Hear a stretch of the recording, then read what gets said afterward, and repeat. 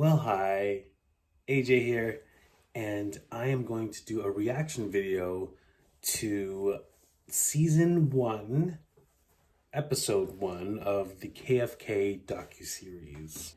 So, full disclosure, it is like 5 a.m. Ever since the pandemic started, my hours of operation has been just all over the place. So here I am at like 5 a.m. in the morning trying to do this reaction video. For context, at the end of 2019, I wanted to create like an amateur documentary to give people sort of like a backstage pass, if you will, to my business. I wanted to kind of give some insight, tell my story, and basically just let people see how I saw things through my lens running Kung Fu Karaoke.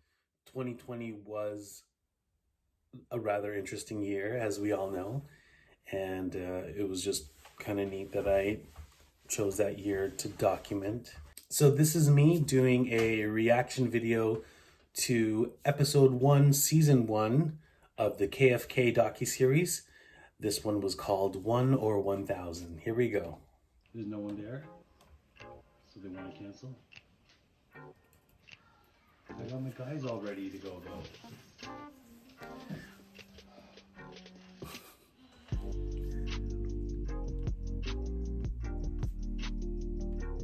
I remember this. So it's Saturday. I had 2 shows booked for today. Owner just called and said it's dead and decided to cancel. Pausing there.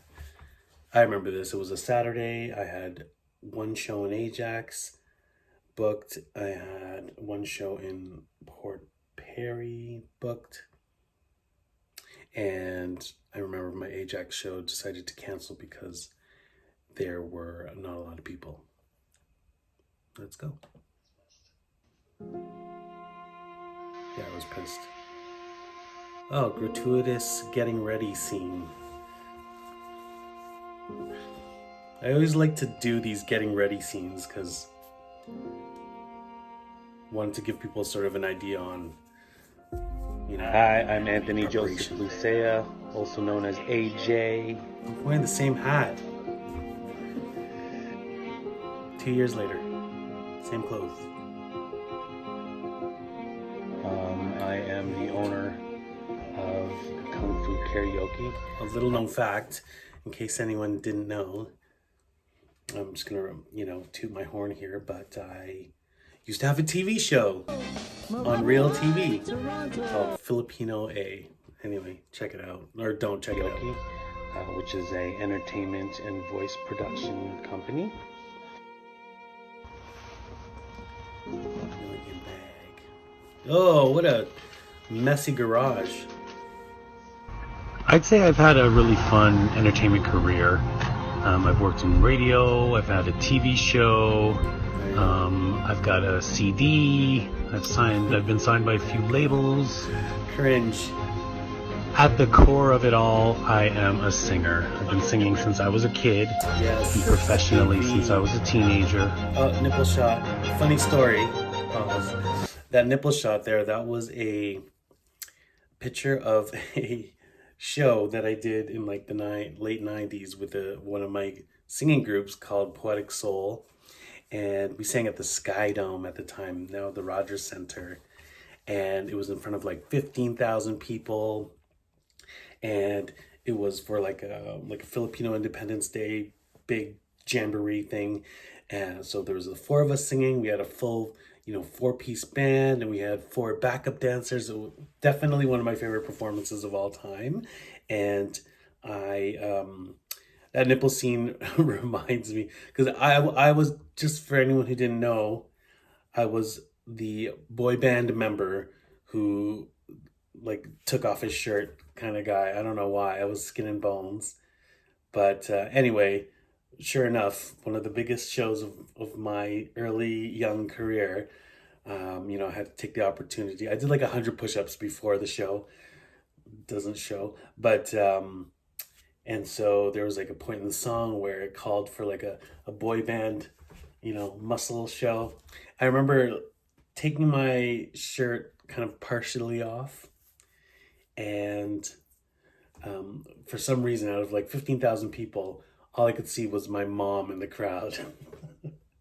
She was like, "Oh, that's my son." Oh, that was so cringy. Why did I do that? Here we go. Yes, Pat Adam. Oh, Perry. Okay. Poor Perry. One of my favorite things about being a karaoke host right now is just, being able to impact the crowd in a positive way. Having those happy emotions or those happy chemicals start happening throughout the venue. I love seeing the smiles, hearing people just, let go of their inhibitions and grab a microphone. There's a lot of endorphins happening. Definitely one of the more rewarding parts of being a karaoke host right now. Ooh. The girl with the reindeer ears, she went on to sing on a Disney cruise. Sometimes, however, there's not really much of a crowd to entertain. Lights Corner, Karan. Empty, as usual. I truly feel it's a partnership between me and my venues. They have to take the lion's share of advertising and coming up with different specials and gimmicks for our karaoke nights. And my responsibility is to largely, keep people entertained, keep them coming back, keep them in the seats and buying, creating the environment for them, Jen, Giggies, Jen. Oh, I love that group. Regardless of the size of the crowd, there's one thing that I like to instill in, my team, and that is whether there's one person or 1,000 people in the room, we're going to give our 110% every single time. I will never cancel a show just because there's not a lot of people, and I'll definitely not change the quality of the show because of low numbers. Okay, let me just recap there really quickly. Oh man, I loved seeing all those people who used to come to my shows. There was like Jen Poots, now Jen Polly, Jen V. Oh my gosh, so many people. Julia Giggy. Oh, I love that group. Amanda. I really miss. Well, we had a little bit of that this year, but definitely still one of my favorite things about karaoke and hosting is the people, for sure.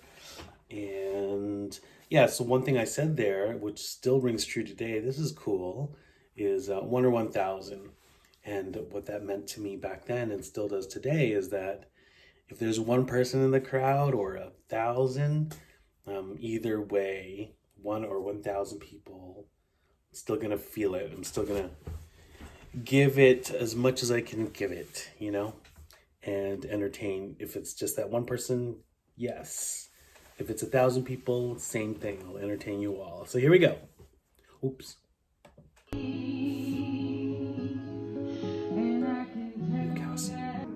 There's so much negativity in everyone's day-to-day that people need somebody to bring something positive to their day, I strongly feel that the vibe that you put out comes back in some way, somehow, someday.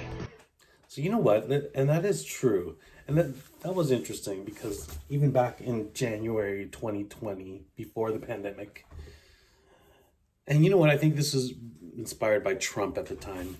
It was very clear that people came to some of my shows with a lot of baggage and, negativity and sometimes clouds over them. And so I recognized that, and I loved to see that transformation of, somebody having a bad day to somebody enjoying themselves doing karaoke. Definitely super fulfilling for me.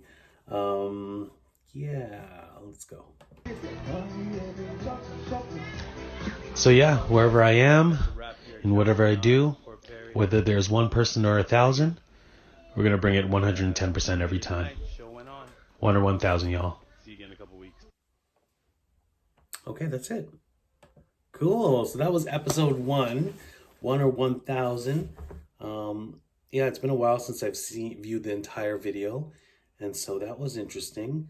I'm glad to see that, I still feel the same on certain things that I said in that video, which is a good sign that maybe, that I maybe chose the right things to care about. Anyway, so that was my review of Kung Fu Karaoke Season 1, Episode 1, the docuseries. All right.